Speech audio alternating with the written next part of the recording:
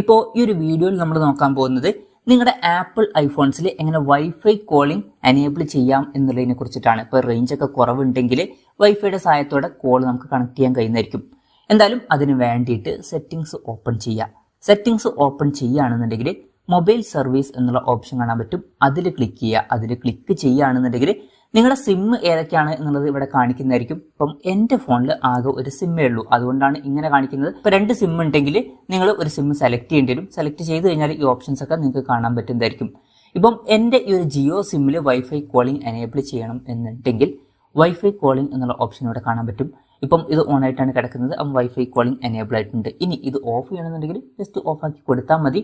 എന്തായാലും ഞാൻ ഓൺ ആക്കി വെക്കുകയാണ്. ഓൺ ആക്കുന്ന സമയത്ത് ഇങ്ങനെ ഒരു പോപ്പപ്പ് മെസ്സേജ് വരുന്നതായിരിക്കും. അതിൽ എനേബിൾ ക്ലിക്ക് ചെയ്യുകയാണെന്നുണ്ടെങ്കിൽ അത് ഓൺ ആവുന്നതായിരിക്കും. അപ്പം ഇങ്ങനെ നമുക്ക് വളരെ സിമ്പിളായിട്ട് ആപ്പിൾ ഐഫോൺസിൽ വൈഫൈ കോളിംഗ് എനേബിൾ അല്ലെങ്കിൽ ഡിസേബിൾ ചെയ്യാവുന്നതാണ്. ഈ ഒരു വീഡിയോ നിങ്ങൾക്ക് യൂസ്ഫുൾ ആയി എന്ന് വിചാരിക്കുന്നു.